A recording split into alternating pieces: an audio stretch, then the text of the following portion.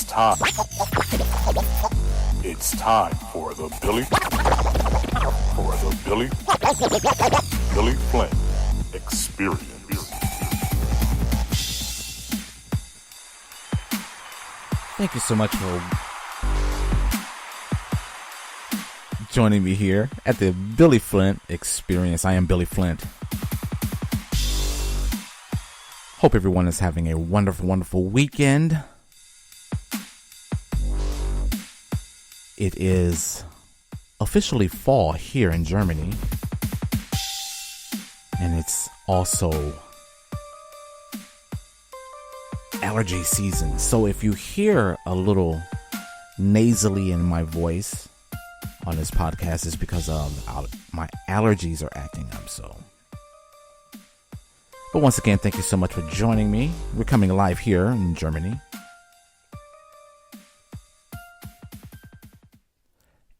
And once again, this is the Billy Flint Experience, and I am Billy Flint. Thank you so much for joining me. We're going to get right into the subject. And I have to be honest, I wanted to wait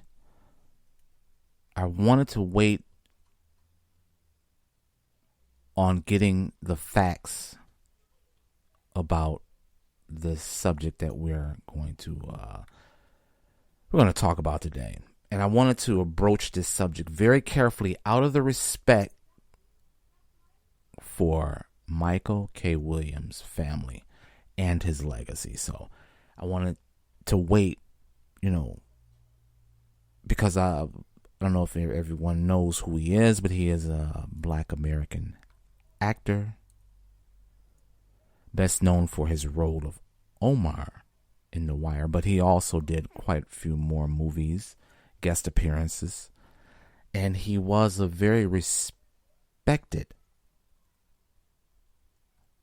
actor and artist in the movie industry.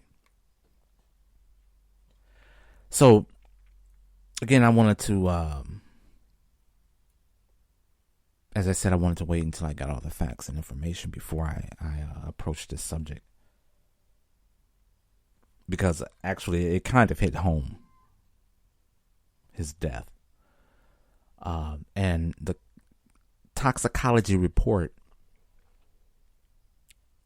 ruled that it was an accidental death.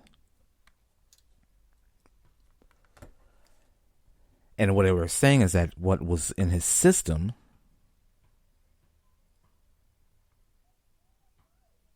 were many drugs. And of course, the most desired drug of today is fentanyl. But they were saying that it was fentanyl, it was parafluorofentanyl, heroin, and cocaine in his system.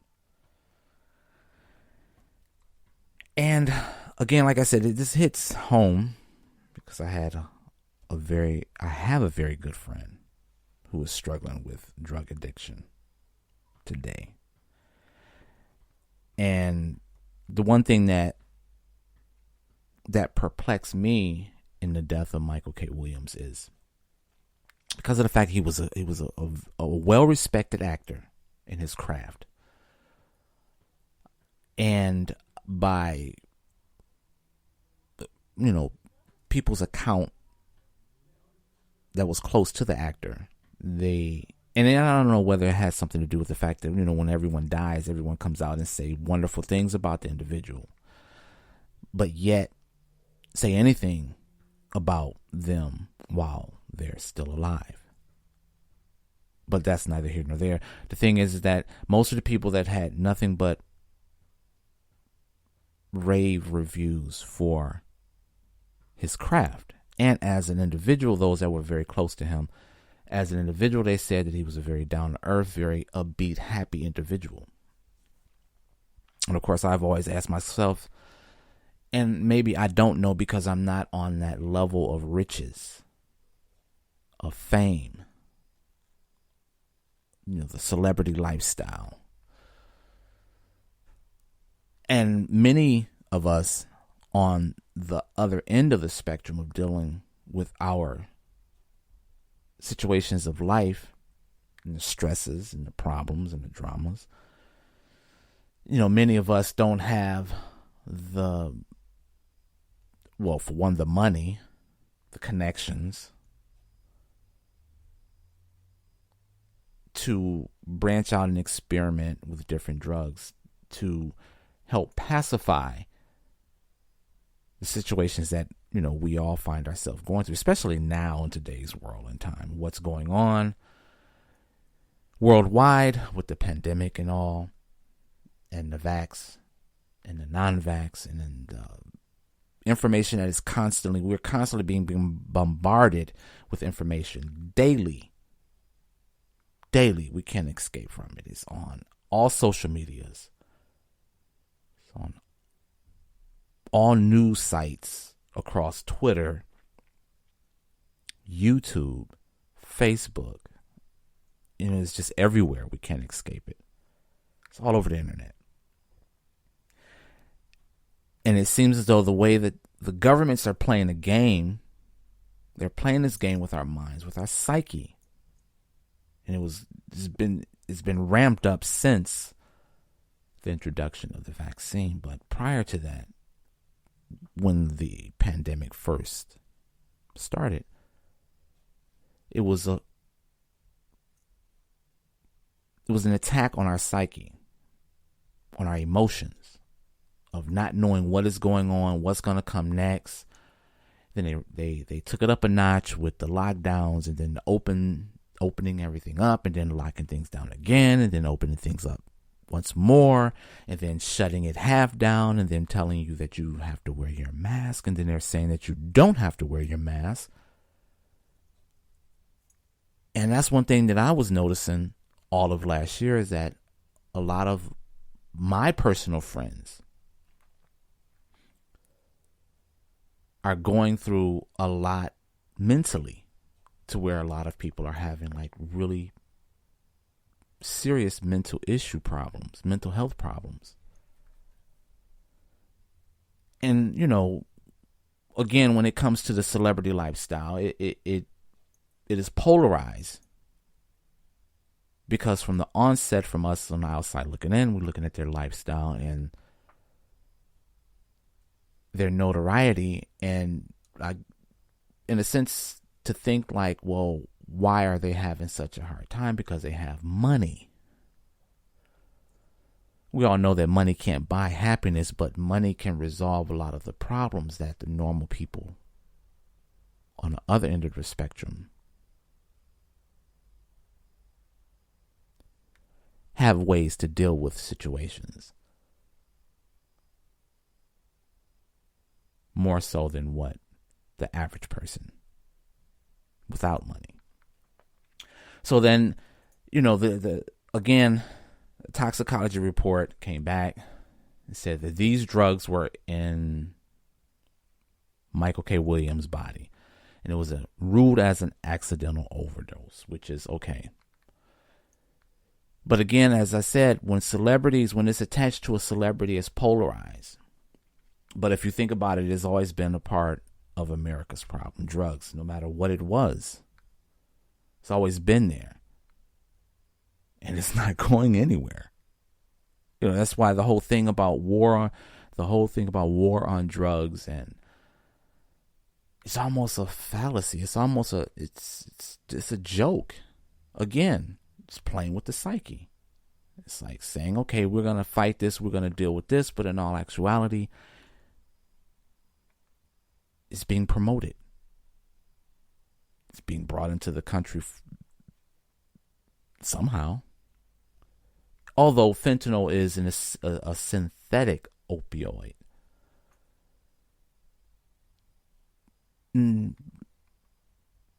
nonetheless, it's still a drug, and it's still one of the many drugs being abused today.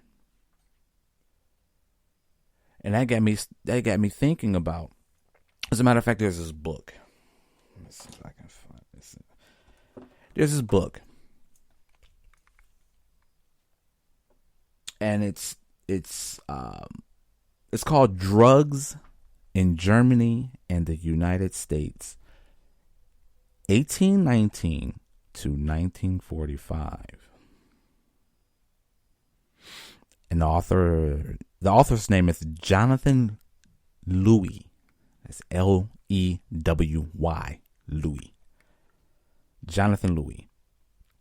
And the synopsis of the book is talking about how drugs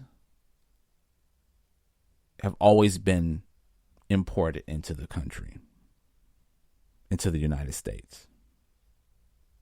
And like I said, the basic synopsis is this. I'll read it to you. It says that the use of drugs is as old as history. However, it was only fairly recently that, following the rise of modern medicine, the concept of drug addiction was born and came to be seen as a clinical and social disorder.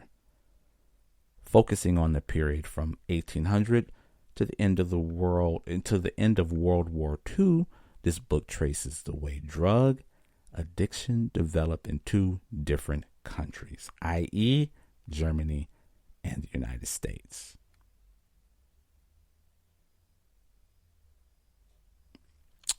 Very, very interesting book.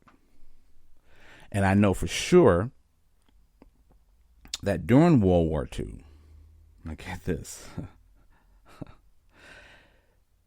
During World War II, the Nazi Party, the scientists in the Nazi Party used to give their soldiers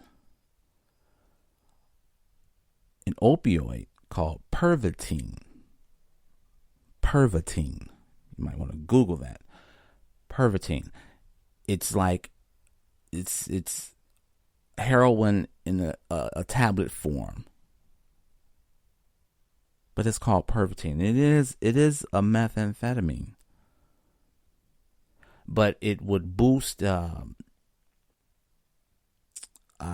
It's like a stimulant. It was given to the soldiers so they would be able to fight and not allow the war or their surroundings affect them psychologically. So what Pervitin did, it's almost like it was like ecstasy, minus the happy feeling of wanting to be, touched or kissed or whatever. But Pervitin was given to the soldiers so they would almost develop a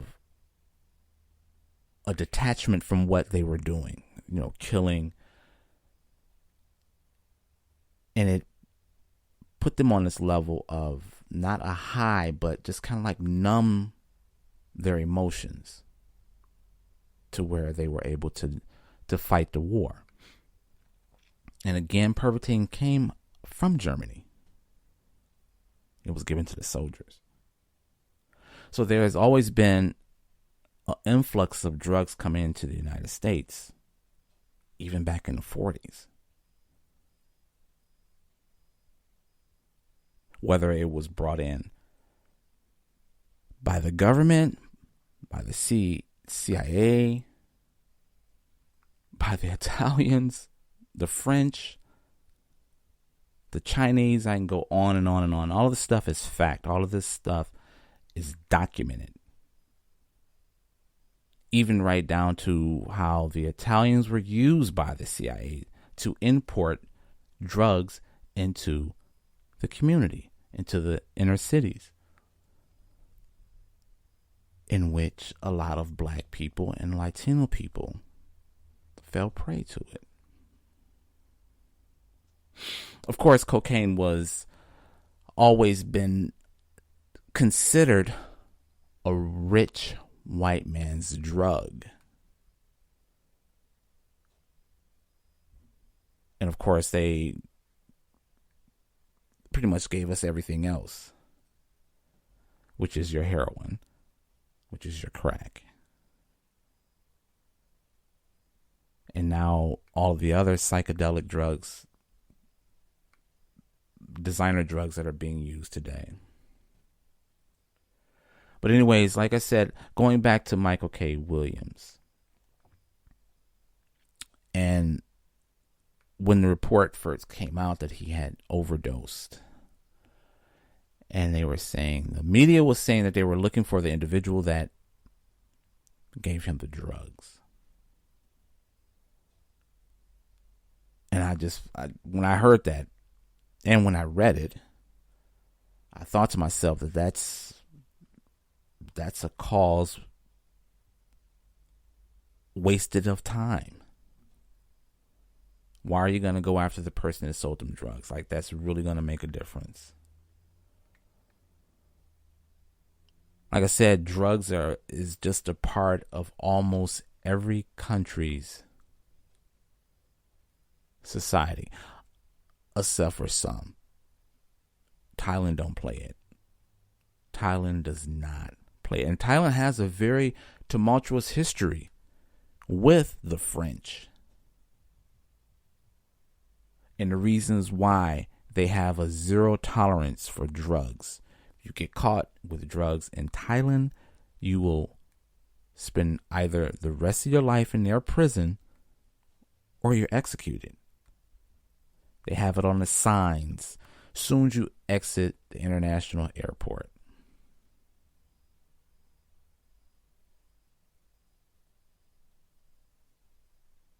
I think it's called circumvent airport, international airport. I might have that wrong, but anyway, as soon as you exit the airport from the international side, there's signs posted where it's giving you a warning. They're giving you a fair warning, and it's written in every language. So you can't say, well, it wasn't written in English and I didn't understand Thai. But it's written there as soon as you exit, giving you a fair warning. And like I said, because of their tumultuous history with the French imperialists, the colonizers that came in from French and turned their culture upside down. But it was the French, it was America, it was also Great Britain. So I can't say totally the French, because the French, it was really Cambodia and the French. That's what I was thinking. The Cambodia and the French, they had a tumultuous relationship. But it was all during that whole time during Vietnam, the 50s and the 60s and the 70s. They had proxy wars going on, and basically it had a lot to do with drugs. That's what I'm saying. That's the point that I'm making. It had a lot to do with drugs. The importing of drugs from Thailand, from Cambodia, and from Vietnam. Some from Laos too.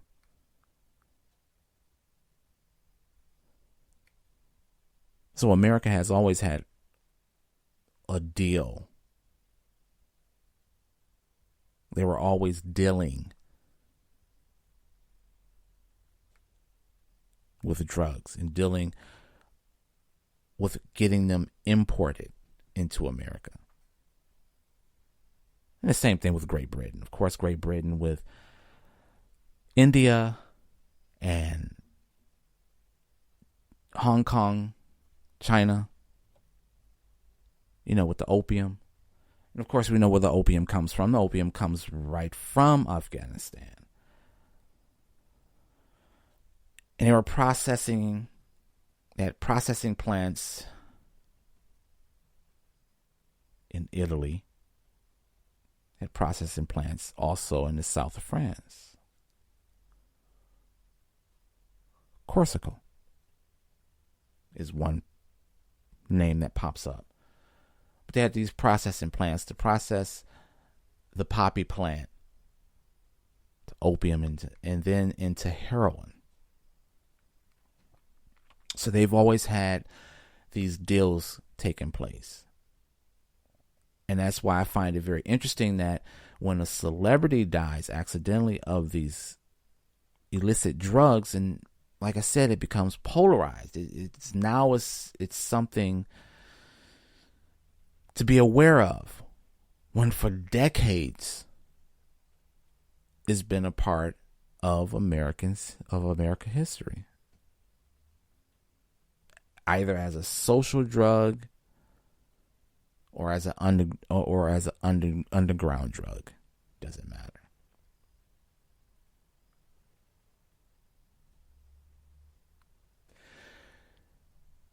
So that's my take. Again, I wanted to wait to do a podcast to make sure that information was solid, and I didn't want to jump the gun because Michael K. Williams could have died of other. It could have been other situations that caused his death. So I wanted to make sure. And before I go, like I was saying, his death, Michael K. Williams' death, it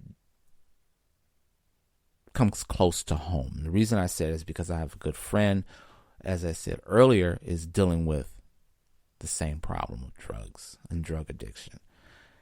And I'm pretty much sure, everyone knows someone or maybe have a family member, and it touches a chord with me because this individual is someone who, and I still haven't lost any love or respect for this individual, but it's disheartening to watch an individual struggle with an addiction, and there's nothing that you can do about it. I mean, you can try the interventions, and you can try hiding the drugs or some other means of trying to get your loved one off of their or away from their addiction, but it is very, very difficult because that is something that is personal that they are struggling with. So there's nothing that you can possibly do. There's nothing that I could possibly do for my friend that I still have a great depth of love for. But to see an individual struggling through their addiction, and you feeling helpless and you can't do anything, the only thing that you can do is just be a moral support for them. And that's what I am to my friend. I am a moral support. Whenever that individual wants to call me, they know that they can always call me, and that I am always available, either in person or over the phone, but I'm always there. So that's what I meant by it hitting home. But once again, rest in peace, Michael K. Williams. Respect to his family and his legacy. Thank you so much for listening to the Billy Flint Experience. I am Billy Flint. Thank you so much for joining me. I look forward to being with you again. Have a wonderful, wonderful week. Have a wonderful, wonderful weekend. And a great start of a new week.